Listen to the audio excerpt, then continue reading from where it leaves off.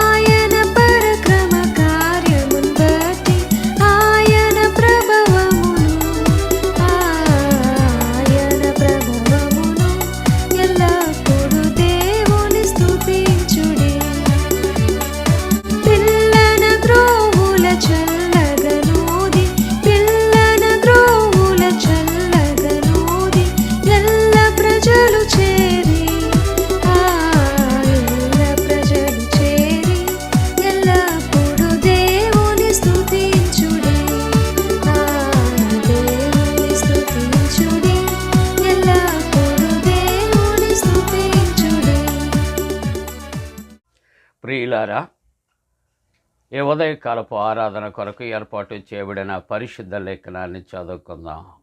అందరము కూడా పరిశుద్ధ గ్రంథాలు తెరచి 144వ సంకీర్తన 144వ సంకీర్తన 5వ వచనాన్ని కలిసి చదువుకుందాం. యెహోవా, నీ ఆకాశమును వంచి దిగిరమ్ము, పర్వతములు పొగరాజునట్లు నీవు వాటిని ముట్టుము. మెరుపులు మెరిపించి వారిని చెదరగొట్టుము, నీ బాణములు వేసి వారిని వాగుడగొట్టుము. ప్రియ విశ్వాసులారా,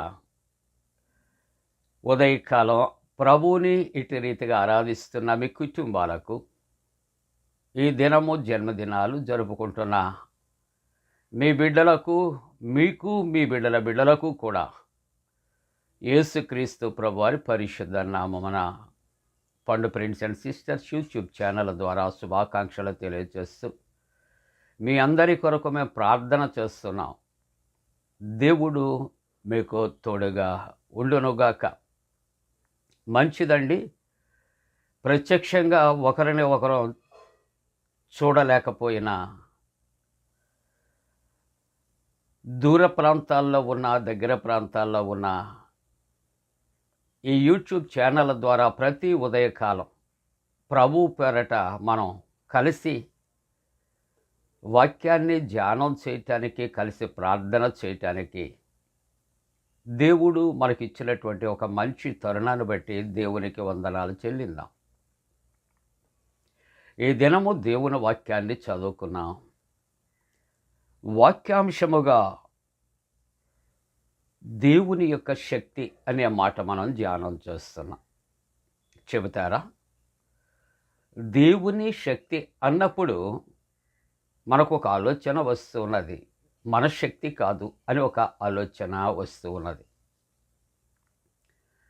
ప్రియులారా, మానవుడు అనుకుంటాడు ఆరోగ్యంగా ఉన్నంత వరకు, బలముతో ఉన్నంత వరకు, శక్తితో ఉన్నంత వరకు కూడా నాకు ఏ విషయంలో కూడా, నాకు ఏ పరిస్థితుల్లో కూడా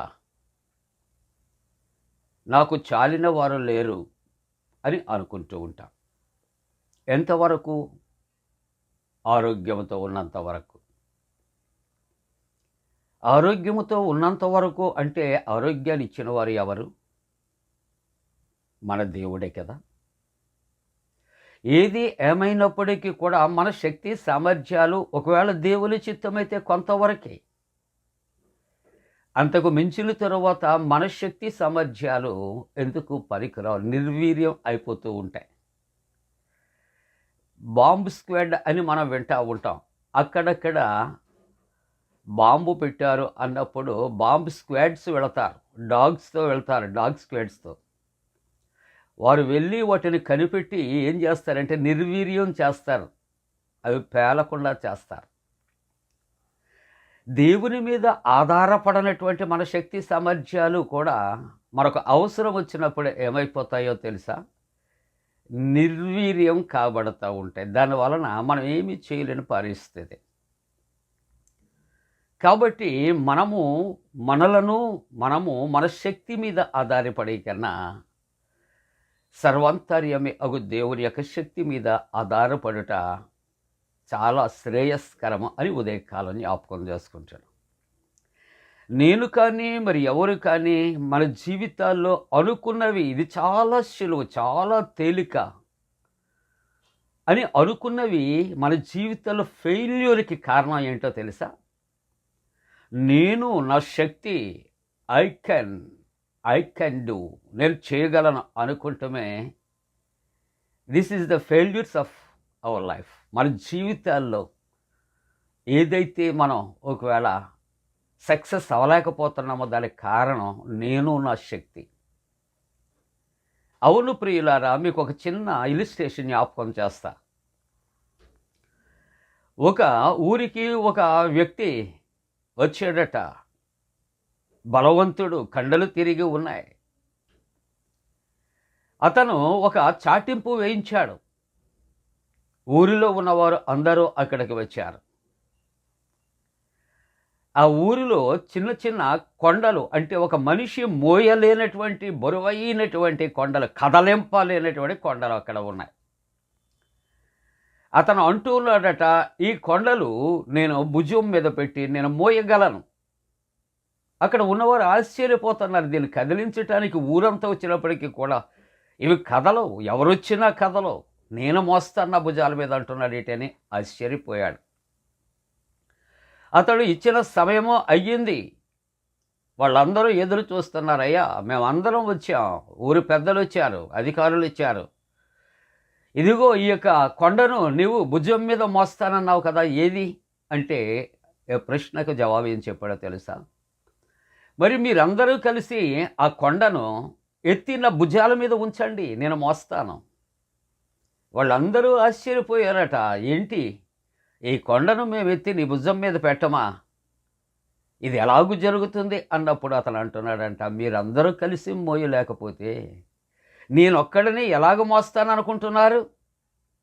ఒకవేళ మీరు నా భుజాల మీద పెట్టగలిగితే నేను మోస్తాను. ఏమండి, మాటల గారడి, మనుషులను మబ్బు పెట్టడానికి మానవునికి సాధ్యమా? కానీ దేవునికి సాధ్యమే. వాక్యానికి మనం వచ్చినప్పుడు, దైవవాక్యములో మనం చూస్తూ ఉంటున్నప్పుడు తిమోతికి రాసినటువంటి 2వ పత్రిక 3వ అధ్యాయము 5వ వచనాన్ని మనం తెరచి చదవగలిగితే, పైకి భక్తి గలవారై ఉండియు దానిని శక్తిని ఆశ్రయించని వారై ఉంటారు. మన జీవితాల్లో ఫెయిల్యూర్స్ అని నేను జ్ఞాపకం చేశాను. ఈవెన్ దో మై సెల్ఫ్, నా కుటుంబ జీవితంలో కూడా నేను ఆశించిన కొన్ని విషయాల్లో కూడా ఎందుకు నేను ఫెయిల్ అవుతున్నాను అని ఒకవేళ నాకు నేనుగా ఆత్మపరిశీలన చేసుకోగలిగితే, పైకి ఎలాగుంటున్నామట, చాలా భక్తి కలిగిన వారమ్మగా నటనా జీవితాన్ని జీవిస్తూ, దేని కొరకు ఈ భక్తి, ఈ నటన అని ఆలోచన చేస్తే ఇతరులను మోసపుచ్చటారక, లేకుంటే నన్ను నేను మోసపుచ్చుకుంటారక, మనం ఒక్కసారి ఆలోచన చేయాలి. ఎవరిని కూడా మోసం చేయలేం ప్రియులారా, ఎవరికి వారే మోసపోతామనే మాట జ్ఞాపకం చేస్తూ ఉంటున్నా.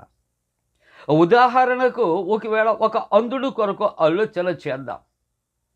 ఆ అంధుడు ఒకవేళ తాను బ్లైండ్ అంటే ఒకవేళ అందరూ ఏమనుకుంటారో అని రెండు కన్నులు చూడగలిగిన వ్యక్తిగా తాను నడిచి వెళ్ళిపోతూ ఉంటాడు ఎవరికి చెప్పకుండా.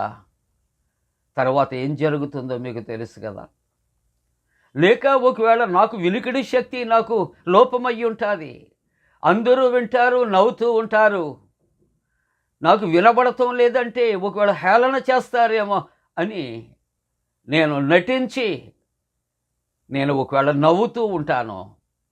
ఆ నవ్వుతూ ఉండేటప్పుడు అది ఒకవేళ విచారకరమైనటువంటి సంగతి అందరూ ఆలోచన మాట్లాడుతూ ఉంటారేమో, అప్పుడు మన యొక్క నటన ఏమైపోతుంది.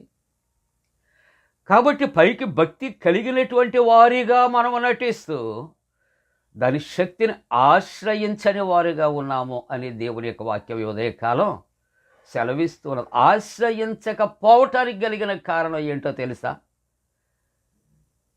నేను చేయగలను, నాకు అన్నీ తెలుసు, నాకెవరో చెప్పక్కరలేదు, నేను ఎవరి మాట వినను, నేను ఎవరి దగ్గరికి వెళ్ళాలో నాకు తెలుసు, ఏ విధంగా మాట్లాడాలో తెలుసు.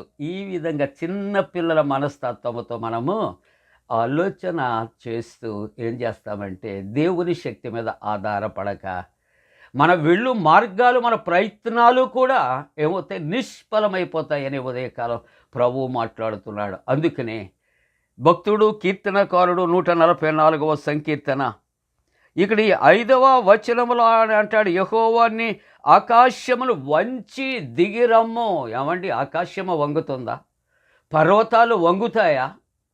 అసాధ్యమే. కానీ వీటిని చేసిన వాడు, సృష్టించిన వాడు సృష్టికర్త. సృష్టికర్తకు సృష్టి తల వంచాలి, చెవి యొగ్గాలి. అందుకని ఆకాశము కూడా వంగి రావాలి, దేవుడు దిగి రావటం కాదు. దేవునిని పైనుండి క్రిందకు దించటానికి తాను చేసిన ఆకాశం ఒక సాధనముగా వాడబడి దేవుని మాటకు లోబడి అది నేల మట్టుకు వంగితే ఆయన దిగి వస్తాడనే ఒక చక్కటి అలంకారప్రాయంగా ఇక్కడ కీర్తనకారుడు వ్రాస్తూ ఉన్నాడు. ఇక్కడ అంటూ ఉన్నాడు, నువ్వు మెరుపులు మెరిపించు. ఇక్కడ వారిని ఇదిగో ఏం చేస్తావు, నువ్వు వారిని చెదరగొట్టు. పర్వతములు పొగరాజుచున్నట్లు నీవు వారిని ముట్టుమో. ఏమండి, అగ్ని మండుతూ ఉంటున్నప్పుడు ఎవరైనా వెళతారా? లావా వెదజల్లుతుంటే ఎవరైనా వెళతారా? నీవు కూడా అలాగే ప్రచండ రూపాన్ని దాల్చు, ఆకాశమును వంచి దిగిరా, మెరుపులు మెరిపించు అంటే నీ శక్తిని కనపరచు. ఎంత గొప్ప మాట కీర్తనకారుడు ఇక్కడ మాట్లాడుతున్నాడు. ఆలోచన చేద్దాం ప్రియులారా. కాబట్టి ఉదయకాలం ఎవరి శక్తి మీద ఆధారపడుతూ ఉంటున్నాం? కోర్స్ మనలను మించిన వ్యక్తి ఒకవేళ నీ ప్రక్కన లేకపోవచ్చు, కానీ ఇంకో ప్రక్కన ఉండవచ్చు. ఒకవేళ నీ దగ్గర ఉండి నీ వలె ప్రగల్భాలు పలకకపోవచ్చు, కానీ నీవి ప్రపంచంలో లేక నీ యొక్క పరిసర ప్రాంతాల్లో నీ చుట్టుప్రక్కల నీవు లేక నేను తిరుగుతూ ఉంటున్నప్పుడు నిన్ను మించినవాడు, నన్ను మించినవాడు తప్పనిసరిగా ఉంటాడు. మనమే సుప్రీం కాదు. కాబట్టి దేవుని యొక్క వాక్యం అంటుంది, మన శక్తి కాదు, దేవుని శక్తితో ఇక్కడ మనం ఆయన కార్యాలు చేయటానికి పోనాలి. దేవుని శక్తిని మనం కోరుకోవాలి. నా జీవితంలో, నా కుటుంబ జీవితంలో, నాకు కలిగినటువంటి శ్రమలలో, లేకుంటే నాకున్నటువంటి ఈ యొక్క శుభకార్యాలు నీ శక్తి కనపరచు. అవును ప్రియులారా, అందుకని యోబు గ్రంథములో 33వ అధ్యాయం 14వ వచనములో దేవుడు నరుల శక్తికి మించినవాడు. నరులు అనుకోవచ్చేమో, కానీ ఆ శక్తి ఎంతండి? గొల్యాతు కూడా అలాగే అనుకున్నారు. చాలామంది బలవంతులు అలాగే అనుకున్నారు. నేల మంటిని కరిచారు. అవును ప్రియులారా, అవును ప్రియులారా, మానవుని యొక్క శక్తి ఎంతవరకు అనే ఆలోచన చేద్దాం ప్రియులారా. ప్రియులారా, యోబు గ్రంథం 36వ అధ్యాయం 23వ వచనములో దేవుడు శక్తిమంతుడై ఘనత వహించినవాడు, ఆయన ఘనత వహించినవాడు, పర్వతములను వంచి దిగివచ్చే దేవుడు, పర్వతముల నుండి పొగరాజునిచ్చే దేవుడు, మెరుపులు మెరిపించే దేవుడు. కాబట్టి నీ శక్తి చేత నన్ను ఆదుకో, నన్ను ఆదరించు, నా పక్షముగా యుద్ధము చేయి అని కీర్తనకారుడు ఇక్కడ ప్రార్థన చేస్తూ ఉన్నాడు. జెఫన్యా గ్రంథములో చివరిగా చూస్తే 3వ అధ్యాయము 17వ వచనం. ఒకవేళ ఈ రెఫరెన్స్లు వెంటనే తీయటం మీకు కష్టమైతే ఈ ఆరాధన సమయంలో ఒక పెన్, ఒక వైట్ పేపర్ తీసుకోండి. రెఫరెన్స్లు దయతో నోట్ చేసుకుని ఆరాధన అయిన తర్వాత, మీరు తీరిగ్గా ఉన్న తర్వాత ఈ రెఫరెన్స్లు చదివి ఒకసారి ధ్యానం చేయండి. మన జీవితాలు ప్రతి దినము కూడా మనం శక్తిమంతులముగా మనం చేయబడతాం. జెఫన్యా గ్రంథం 3వ అధ్యాయం 17వ వచనములో యెహోవా నీ మధ్య ఉన్నాడు. ఈవేళ ఉదయకాలం ఒకవేళ భక్తితో ఆరాధిస్తుంటే నీ కుటుంబము నీ మధ్య ఉన్నాడు. ఒకవేళ నువ్వు ఆరాధించకపోతే, నీ కుటుంబం నీ బిడ్డలతో నువ్వు ఆరాధించకపోతే, లోక సంబంధమైన బిజీతో నువ్వు ఉన్నాను అని అనుకుంటే దేవుడు మన మధ్య ఉండే దేవుడు కాదు. నీవు వద్దంటే నీతో వచ్చే దేవుడు కాదు. నీ దగ్గర ఉండే దేవుడు కాదు. నీవు కోరుకుంటే వస్తాడు. నీవు ఆయనతో ఉండాలని ఆశపడితే నీతో ఉండటానికి ఆయన ఆశపడతాడు. కాబట్టి మన కుటుంబాలు, మన పిల్లలతో ఆశీర్వదించబడాలంటే దేవుని యొక్క వాక్యం ఉన్నది, యెహోవా మీ మధ్య ఉన్నాడు, ఆయన శక్తి సంపన్నుడు. ఆయన శక్తి సంపన్నుడు. మన మధ్య ఉన్న దేవుడు ఆయన శక్తి కలిగిన వాడు, శక్తి సంపన్నుడు. ఆయన మన మధ్య ఉంటే మనతో యుద్ధము చేసే అపవాదితో ఆయన యుద్ధము చేయటానికి శక్తి సంపన్నుడు, పోరాడుటకు శక్తి సంపన్నుడు, మన కుటుంబాల్లో కలిగే విపత్తులను చెదరగొట్టడానికి శక్తి సంపన్నుడు. అట్టి శక్తి కలిగిన దేవుని ఆరాధిస్తున్న ప్రతి కుటుంబం సకల ఆశీర్వాదాలతో నింపబడునుగాక. ఆమేన్. ప్రార్థన. పరిశుద్ధుడా నీకు వందనాలు. నీవు శక్తిమంతుడవు, శక్తి సంపన్నుడవు. మా శక్తి మీద మేము కాదు, నీ శక్తి మీద మా కుటుంబాలు ఆధారపడటానికి, మా జీవితంలో నీ శక్తి మీద ఆధారపడి నీతో సాగిపోతానికి సహాయం చేయి. స్వస్థతలో రక్షణ, జన్మదినాలు జరుపుకుంటున్న, వివాహ దినాలు జరుపుకున్న కుటుంబాలకి నైనా క్షేమము దీర్ఘాయుష్యు కలుగు చేయి. యేసు నామమున వేడుకొనుచున్నాము తండ్రి. ఆమేన్.